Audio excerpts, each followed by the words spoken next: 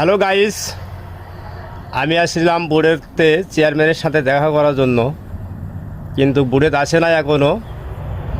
আমার বাবা যখন মরে যায় আজ থেকে 16 বছর আগে, 1 মাস পর জমি সবাই ভাগ করে লাই।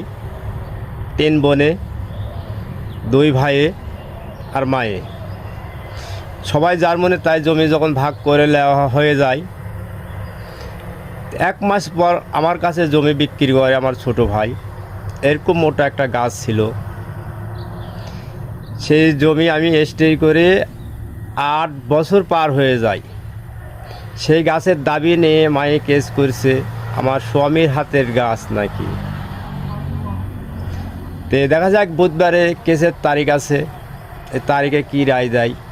আর ভাই, আপনারা কেউ ভুল করবেন না, বাপ মাও যখন মারা যাবে একটা ছোটি ভিটিও যান থাকে না, সেই ভিটাতে সবাই কাটা ফেলে দেয়া ভাগ করে নেবেন।